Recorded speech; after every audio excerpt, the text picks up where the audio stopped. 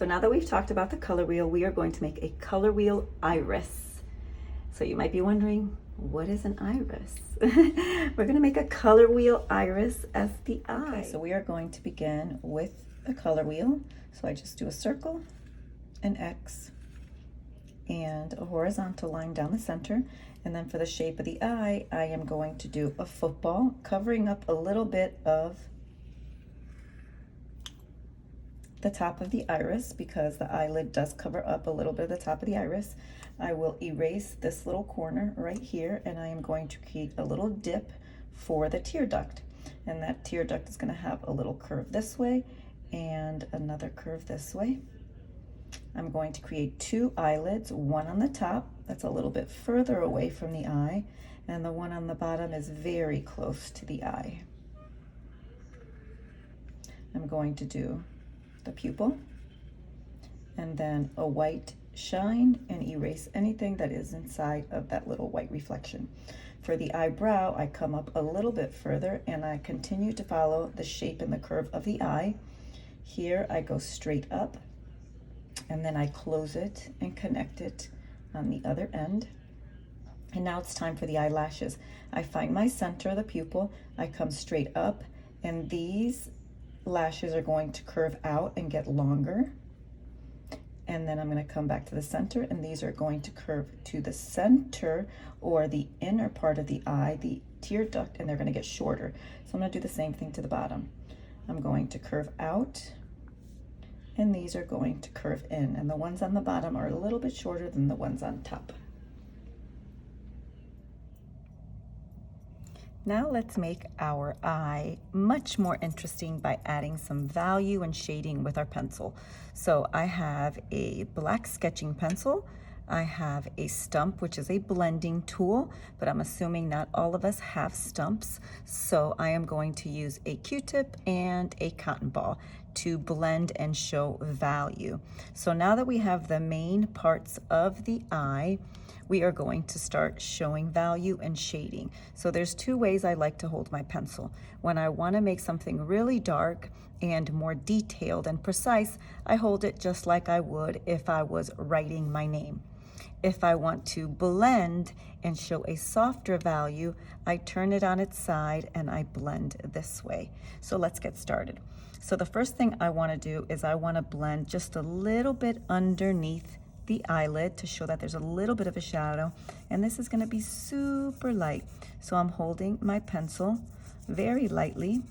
I'm holding it on its side, and I am just going to rub my pencil in a light value all along the edge and even over the color wheel under the eyelid. I'm going to shade a little bit around the tear duct and the inside of the tear duct, maybe a little bit darker. I'm not shading the whole thing. You're going to see that I'm going to leave some areas white, and that's where the Q-tip or the cotton ball come into play. This little area right here, I'm going to go just a little bit darker. But you can see I'm not doing anything really, really dark yet. Now to the eyebrows, or to the eyelashes rather, what I want to do is I want to make the eyelashes a little bit thicker where they connect to the eyelid. So right down here, and you can see how I changed how I'm holding my pencil. I am going to make it just a little bit thicker down at the bottom and keep the tops just a little bit thinner. So I'm going to go from it being thick to thin, and I can add more in between. And again, making them a little bit thicker at the bottom.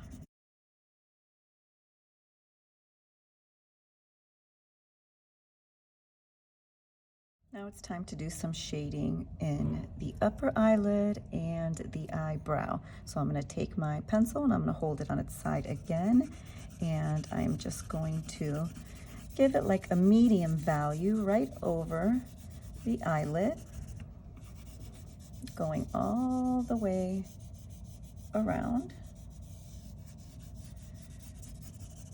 Maybe just a little bit right along the edge, and then maybe just a little bit under. Now to the eyebrow, I am going to shade it in with my pencil, but our eyebrows are made up of short little hairs, just like our eyelashes. So I don't want to just shade it in. I actually want to now hold my pencil as if I was writing or drawing, and I want to make small marks because our hair on our eyebrows are short hairs, so we're going to make short marks. And I am just going to go straight up and down, and you can look in the mirror if you'd like, and then you can start to turn them a little bit and keep going. And the reason I shaded it first is so it would have that medium value in the background and then the darker lines on top. Over here in the end, I come down in one direction and up in the other. Again, you can look in the mirror so that you can see how your eyebrows grow. But don't shade it in really dark. Make that first value a medium to a light so that you can really see those lines. Okay, so now what you're going to do, it's time to blend. So what I like to do is I like to use the Q-tip for small little detailed areas and then the cotton ball for bigger areas. What you want to be careful with is you don't want to take the cotton ball and rub over everything, because if you do that, that is going to give you a very medium gray over the entire picture, and we don't want to do that. We want to create values of lights, mediums, and grays. So I'm going to go and I'm going to start right along the eyelashes, and I'm not pressing hard.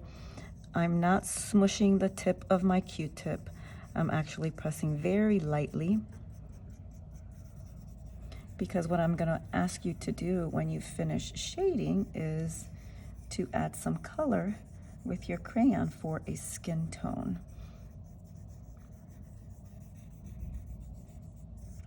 Around the tear duct and around the edge, even over the color wheel, and right along the bottom of the eyelashes. And now I'm going to take my cotton ball and I'm going to press very lightly, and I'm going to go right over the edge of the eyelid, and I'm going to rub, and then I'm going to start moving my cotton ball away and up. And what that's going to do is that's going to give the top of the eyelid just a little bit of value, a very light value.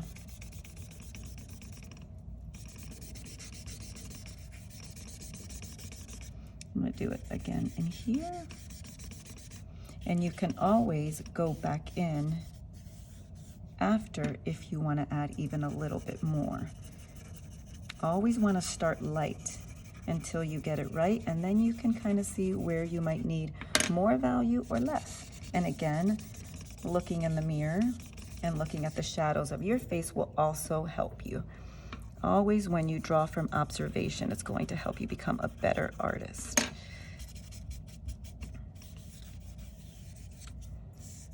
So I'm getting some really nice grays, some light grays, medium grays, dark grays. And now over the eyebrow, I'm going to do the same thing again. I'm not going to press too hard because I don't want to lose the details of the eyebrow hair and those lines that I created. All right. Now I'm going to do one more thing. Right to the center of my iris, this is the iris where the color wheel is, I am going to make some lines that are going to be radiating out from the pupil out to the edge, just to give it a little bit more detail. And again, if you look in the mirror, you're going to see that if you look really, really close, we do have some different designs and lines and maybe even some patterns in our eyes.